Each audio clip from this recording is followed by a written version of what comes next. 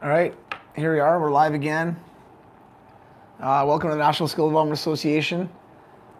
And this is our, we tried this yesterday, it was awesome. We did a live segment on Facebook, and today we're going to try an Instagram, and today we're going to try YouTube. So I hope if we got anybody out there listening or paying attention or checking this out either now or later. We're just going to go through a couple of questions that we got. So after the live stream yesterday, we had a bunch of questions that came in afterwards. So I thought, well, why not get back on and answer some of these questions? And I think I'm going to try to do this probably once a week, just to see if we can get some dialogue going and some conversations going with some parents and coaches that are looking for some different skill stuff or some different questions on things that you're doing. And sometimes it's maybe not even learning new stuff, but just validating what you're doing. And I think that's important too. I know that when I get together with other skills coaches and talk about skill development and what they're doing with their teams or their players, I always learn new things, obviously, but a lot of times it's more about validating some of the stuff that I'm doing and that we're on the same page and we're teaching the same types of things. So, I hope you guys enjoy this. But again, my name is Dwayne Blais, and I'm with the National Skill Development Association. You can find us on YouTube, obviously, on our channel at NSDA, our National Skill Development Association. We have a ton of videos on there, a lot of free content on there, and we have some great podcasts on there as well, called Behind the Gear. And that was kind of a bit of a fun project that I started a couple months ago, and we had a lot of guys that we worked with this summer that were in town, and we got them on the podcast and talking to them a little bit about what they do, how they became hockey players, how they pushed hockey to be a profession for them. We had some great guests on Behind the Gear, Bo Horvat, Travis Konechny with Philadelphia. Bo was obviously with Vancouver Canucks, Oli Mata with the Pittsburgh Penguins, Michael McCarron, who's with the Montreal Canadians, playing in their farm system right now. Mitch Van de Sample, same with the New York Islanders in their farm system. And a lot of great guys. Boone Jenner from the Columbus Blue Jackets. It was really, really cool to sit down with some of these guys and chat a little bit about what they're doing and how they, at one point they were 10 years old and some of them weren't the best 10-year-old hockey players and ended up, making a career of it. And also talked to some coaches and some other skills coaches on these podcasts as well. And really interesting to see how a lot of these different people have, pursued hockey and made hockey part of their living, and are now doing it as a full-time job, which is really cool as well. And we will have some female content as well. I've got Kelly Patton, who will be coming on the podcast.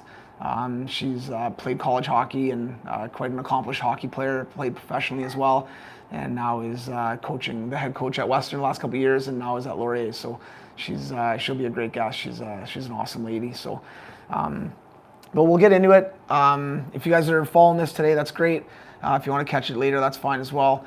But first, because I'm old and need readers, the first question I have, which I thought was a really, really good question, is from Corey. And he asked, what is more important, in my opinion, with minor hockey? Coaching, or developing? And I think player development for me is huge. At all ages, I think it's such a big piece. There's no doubt you have to be a good coach. And you want to coach the game and make sure players understand the game, especially at young ages, that they're understanding the rules, number one, and that they're understanding positions. And and I think it's important for players to play defense and play wing and play center and even try goaltender. It gives them a little bit more of an appreciation for that position as well. So I think there is a big component of obviously coaching and being a good coach and making sure it's fun. But a lot of times in minor hockey, I think coaches focus a little bit too much on winning. I was talking to a parent actually this morning. Their young boy plays house league hockey, and they were amazed at how competitive house league is with some of these coaches that want to win, and are not necessarily shortening benches, but line matching or getting their good players out as much as they can, and little things like that I think do a big disservice for the majority of the players, especially at the lower levels like house league or B hockey or A hockey, and even in a AA and AAA at the young ages, giving players an opportunity to play and have fun and develop. And in the practice and even in games, talking to players about development. So for instance, picking up good passes or making good passes or getting good shots on net and different things like that these players can focus on while they're going through their games, but really making that big emphasis in practice. And at the end of the day, realistically, the better skills your players have, the better they're going to do in games. And the more confident they're going to be, more confidence they're going to have. So the more they can develop those skills, become better skaters, passers, shooters, all those little skills, the better they're going to be as a player on that team. And I think that's really, really important overall for for your team and obviously for that player development. So for me, I would emphasize more player development rather than coaching. All right, even though, as I mentioned earlier, I think coaching is very important, but I think developing players is a real high on my list, especially at the young ages for sure. We got another question here from Tim, and Tim's asking, can you give me a couple of your favorite puck possession drills? We started doing a lot of stuff in the last probably 6 months to a year of, even with young players, getting them to obviously keep their head up, which is obviously something that a lot of coaches are harping on their players about, and making sure that they keep their head up when they're stick handling or they're shooting. And most players, just because it's hard to stick handle a puck without looking at it, are always going to be looking down. But we've been really trying to emphasize with players to shoulder check all over the ice. And what I mean by that is if they're coming through the neutral zone, make sure they're looking around so they can see where players are, obstructions are, where they're going to be getting pressure. And the more we can help players at young ages get their head up without the puck and just looking around and making sure they're aware where they are, and then with the puck, the better they're going to be longer term, especially as they get older and get into body checking and body contact and different things like that. I like doing stuff really simple with players having, let's say, 2 players that are going to be competing with each other. I do a simple little warm-up drill. I'll draw it up, but a simple little warm-up drill just going around the net. So if I move the nets up like this, kind of in this area here, and this area here, and how the player's going around like this. But I'll have them go 2 by 2, and I do this all the way from young kids all the way to professional players, and have them pass side to side. So just lateral passing, super simple. And then I'll have one player going backwards on the next whistle, one player going forward, and then passing that puck back and forth as they're skating around the rink. And the third whistle, I'll have them basically play keep away, which we've all played since we were kids. It's a lot of fun, but I'll keep them in a small area. So if 2 players are playing, they've got to stay kind of in this area here. If the puck goes out, they can bring it back, and then we'll have another 2 players in an area here. And I usually just say, use a couple of the panes of the board. So the boards are usually always divided with cracks, getting players to stay within 3 or 4 panes of the board, and then they're going to puck protect and puck possession. So the idea is to protect the puck, use their body to shield that puck and keep that puck away from their opponents, but have them just battle, in this area and, back and forth, turning their back to players to protect the puck, trying to make moves on players as they're going through, but a real simple way of adding some puck protection in that area. The other thing I've done too is had players line up on circles. So if you have a team and maybe you've got 15 skaters, the goaltenders can get some work on their end or in the neutral zone, but you had players lined up here, let's say around the circle, probably more like that is realistic, and then a couple players inside the circle, and they have to stay within the circle, and same idea, just puck protect and puck possession, and trying to keep that puck in their feet or on their stick and protect it from the other player, and they can skate anywhere within the circle, right? If the other player steals it, then it's their puck, and now the other player has to get it, going for 15 to 30 seconds, blowing it, and then switching up the players. The one thing that I think is very important as well is the player that's possessed, that has the puck and is puck protecting and keeping that puck in a good spot, that's huge. But then the other player, how does that player get that puck back? So teaching those other players how to lift sticks, how to sweep pucks, so turning their blade down and sweeping underneath another player's blade to sweep that puck and scoop that puck away. How to add little fakes, so tap a player on one side, so they move the puck, let's say from right to left, and then you go on the left side and try to get that puck or lift that stick. So also, trying to get players to defend and get that puck back, as well as trying to protect that puck and keep that puck possessed. The other thing too that I'll do a lot of times is I'll start drills off with some puck possession. So let's say we're doing a simple drill here with our line here. The first 2 players would go. So the first player would take off slow, and the second player would be behind them, and just putting stick on their body, trying to get that puck, and this player's got to protect. So moving their body around, shielding that puck, and then at the blue line, this player could go in for a shot, and then this player right here could just wrap around the blue line, get a pass from their line, or however you want to finish the drill, doesn't matter. But adding a little bit of puck protection and puck possession at the start of a drill is always a great way to get those players obviously worried about keeping their head up, looking around, seeing where that pressure is, and controlling that puck. And I would start that at young ages with, kind of that 7, 8, 9, 10-year-old age group, that novice Adam age group, and getting them starting to, understand. And it doesn't have to be any crazy stick handling stuff. It could be literally just pushing the puck on the right side of the body when pressure's on the left, and then pushing it on the left side of the body when pressure's on the right. But teaching players how to protect that puck, keep their head up. Because we all know puck possession is huge, and the more players can possess that puck and keep that puck by protecting it, using their body to shield it, the more opportunities they're going to have offensively, defensively, kind of all over the rink with that. I hope that helped. I'm just going to grab a tissue here for this board, and then we'll get on to the next question. All right. The next question we've got is from Ryan. And my IT guy's going to be mad here because I never put these things on right, so I hope you guys can hear me okay. But Ryan asked, any tips for wingers in the O zone on the half wall, or sorry, in the D zone on the half wall to get pucks out? So this is a common thing because especially in minor hockey, the pucks are rimmed around the boards so much. So you see a lot of pucks coming around the boards, and it's really hard for young players to pick those pucks up. I'm very big on teaching players. Again, the easy play is using your feet. So any player can put their feet on the board, stop the puck, and then make a play. But it's a lot slower. So I try to get players to use their stick as much as they can. So if we had a player in let's say in their D zone, and the defenseman rims that puck around. So if the D's back here and the puck is coming around here, all right, there's our puck, and that's the direction our puck is going, and we have a winger here. If the winger can catch that puck in motion, that's going to be the best way.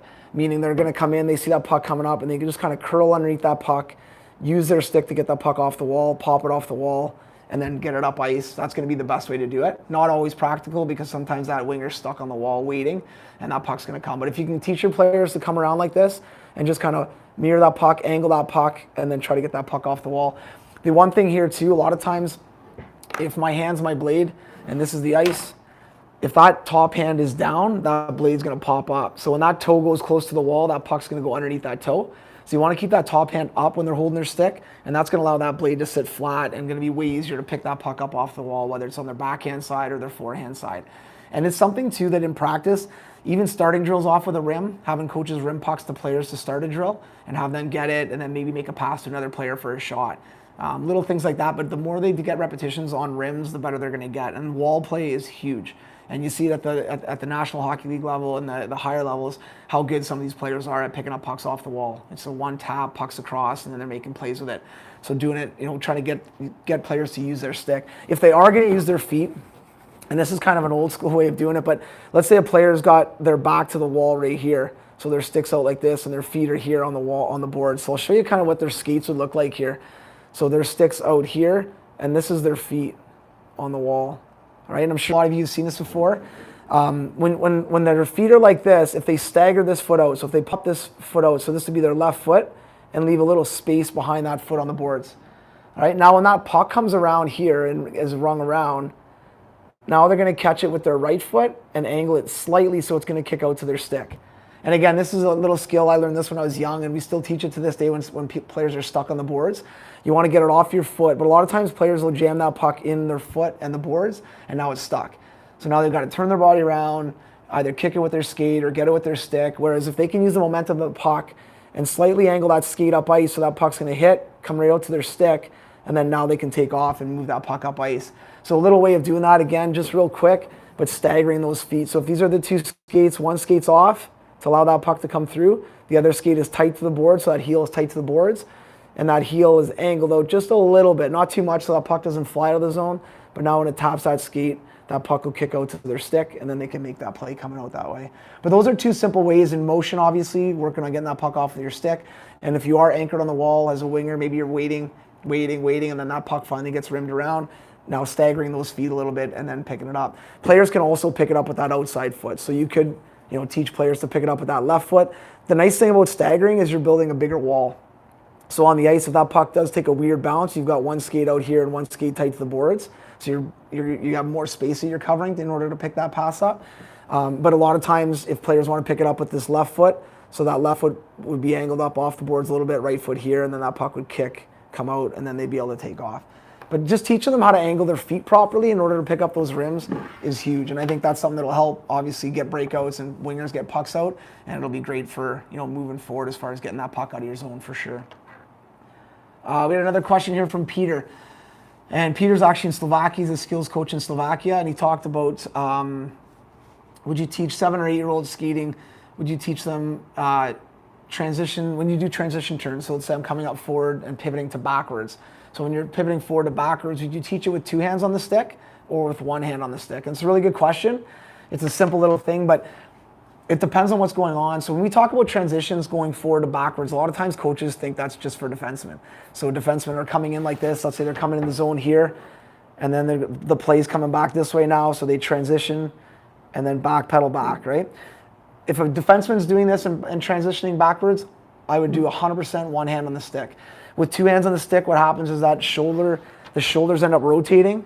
If one hand on my stick, now I can keep my shoulders here, my stick out front of my body, and it also takes away passing lanes, and now my stick is active, so I can chip pucks or I can squeeze a player and keep my stick on their puck. But if a player, sorry, that's not even the shot.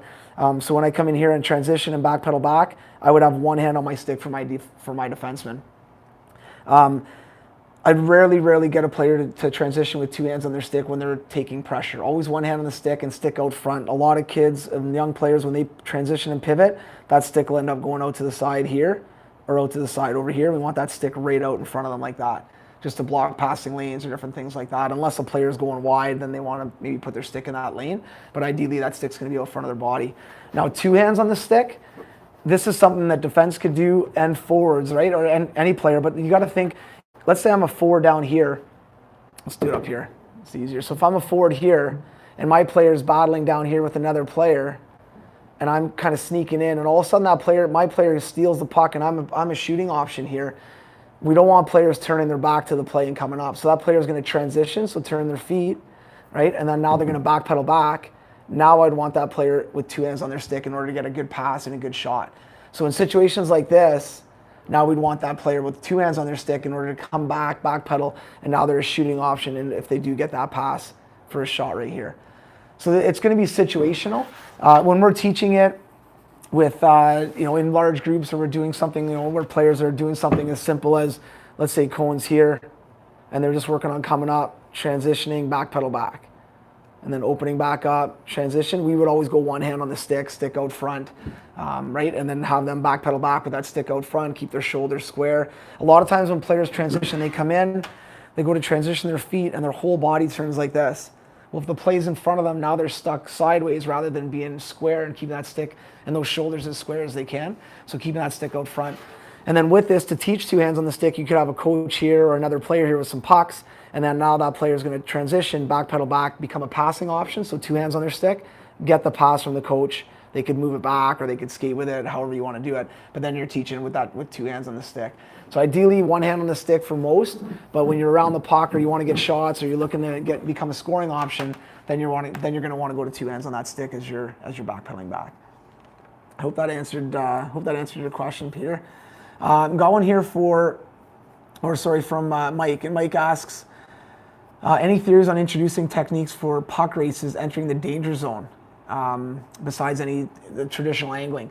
So the danger zone, for those that aren't aware, especially when you get into contact hockey and body checking, the danger zone is going to be right in here, all the way around the rink. So kind of that gap, 3-4 feet away from the boards, all the way around the rink. So this area right here, a lot of times, especially in body checking, you have players, let's say, that's carrying the puck up the ice this way, and another player comes in to make that hit. Now that player's in a tough spot because they're going to get hit here, then they're going to slide into the boards and get hit in the boards.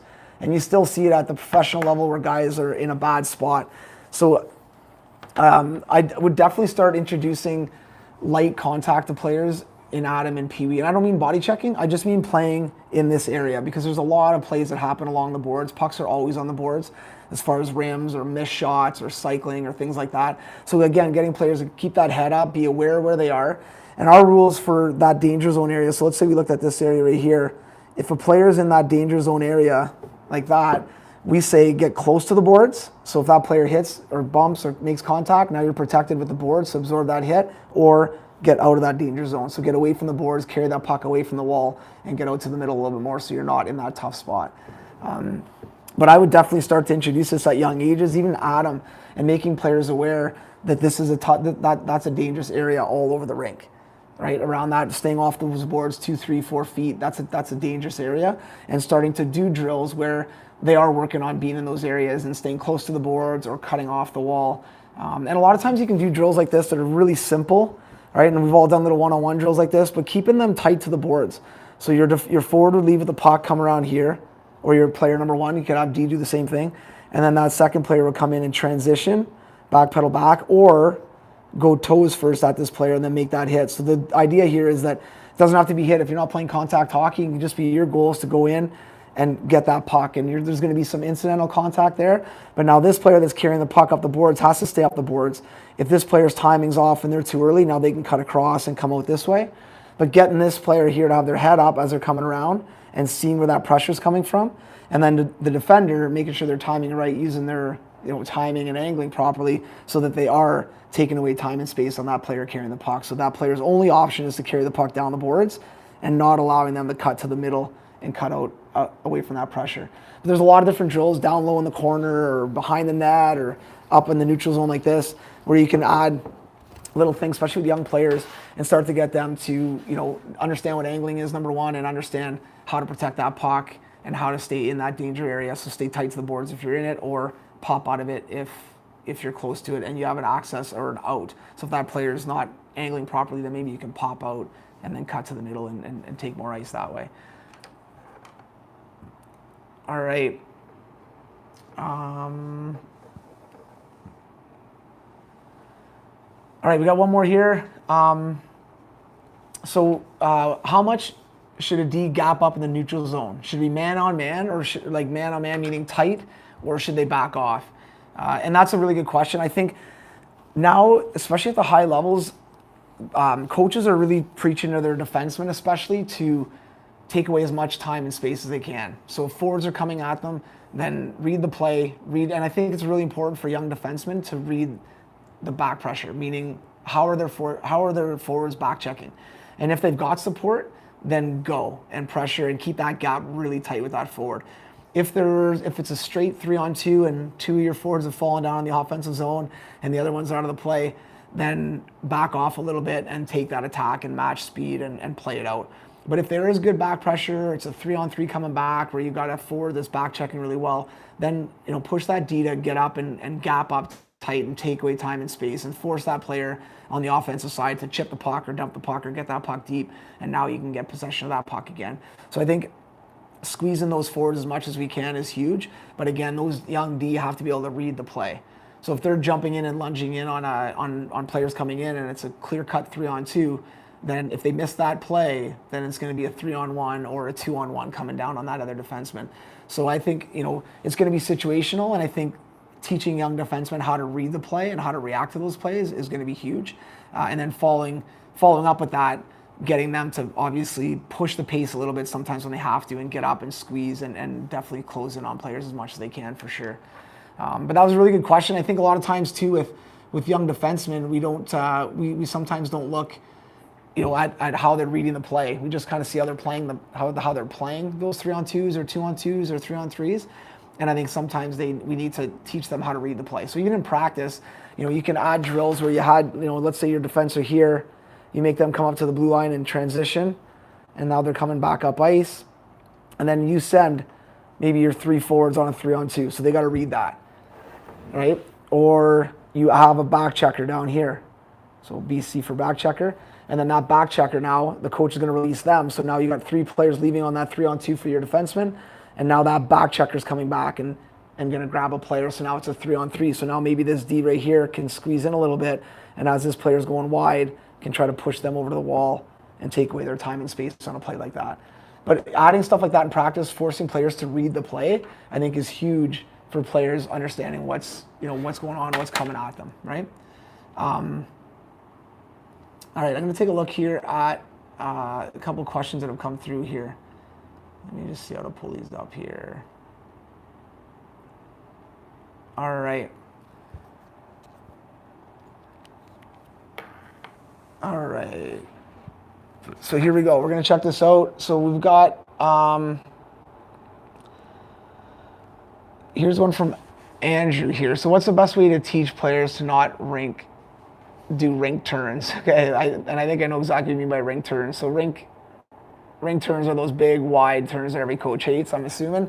And taking those big, wide turns, change direction instead of quick stops, maybe a bad pass or a broken breakout. The one thing, what's the most valuable thing for players is ice time, right? And I think a lot of times with coaches, that's what we hold as our trump card, obviously, is ice time. Now, at young ages, you're not going to sit players. But I think when players do make those wide, so what we're talking about here is when players are coming in and let's say the play turns over, so players are I'm on the offense right here and I'm coming in, and all of a sudden the play, this D gets the puck and moves it up. And this player, instead of hooking really quick to get back up ice or stopping and going, this player does a nice big wide turn, sometimes even doing this behind the net, which drives coaches crazy. And now they're way out of the play and it takes them way too long to get back. I think implementing this in practice, and you hear this keyword all the time, pace, play with pace, play with pace. And there's a lot of times where coaches, especially at the NHL level, you hear all these little tag words, but play with pace. That team's got great pace. Their team speed's good. And in practice, starting to implement that stuff. So you, in your drills, maybe you have a drill where the puck is turned over, the coach throws a second puck or spots a second puck so that those offensive players have to turn and go back to get that other puck or attack the other puck. And having players stop and start or do a quick tight turn.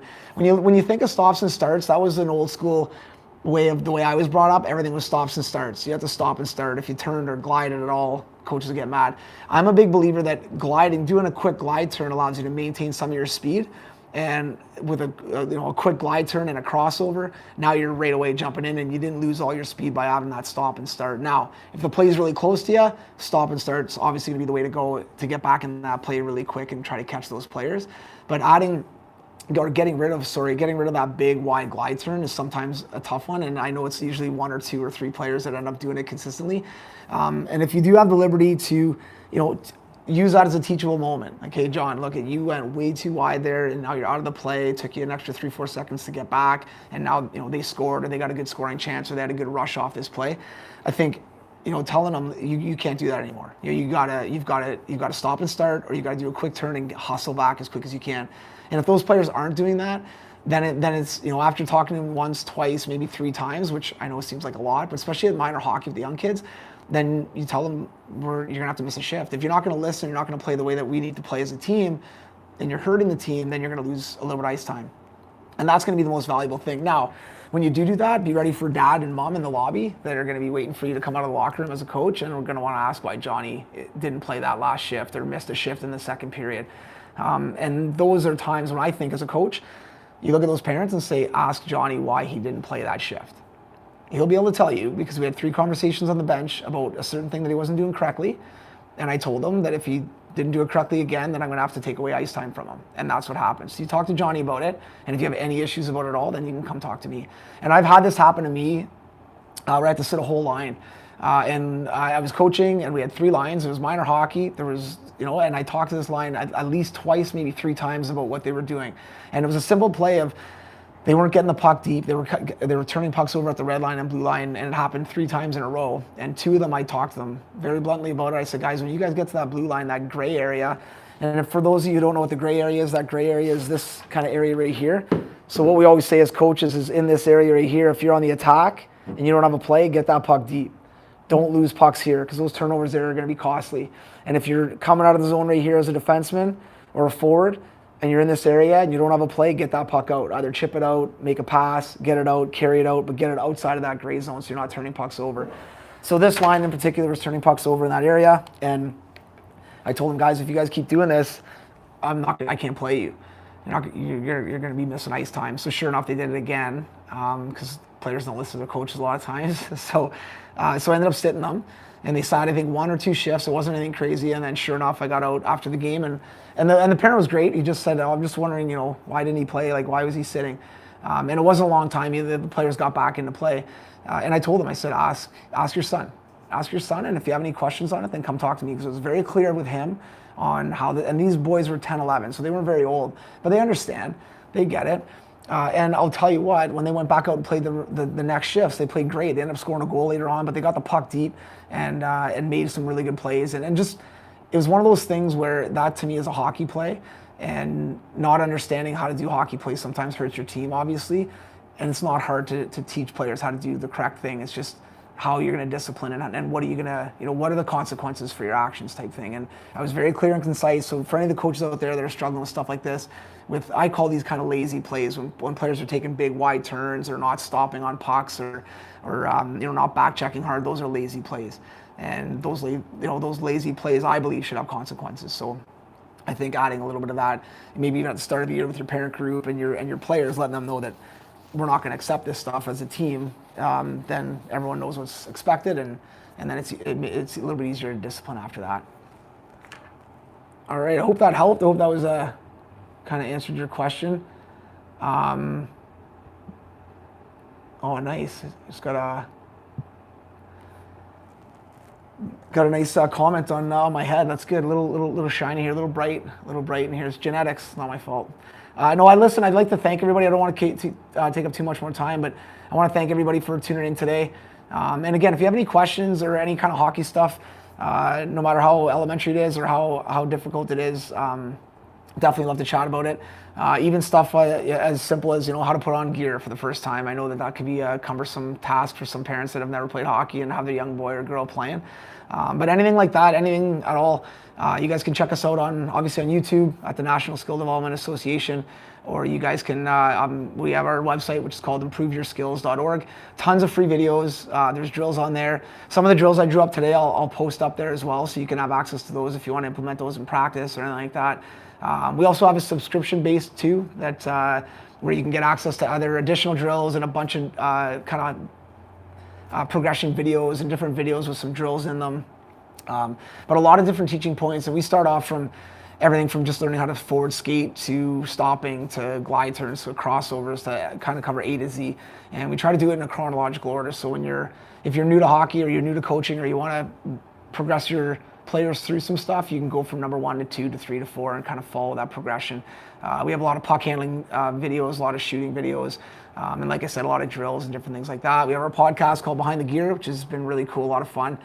Some great guests on there. We've got Bo Horvat with Vancouver, Travis Konechny with Philly, Boone Jenner with Columbus Blue Jackets, Mike McCarron, who's with Montreal, Oli Mata with Pittsburgh, and a bunch of other guys. It was awesome, a lot of fun.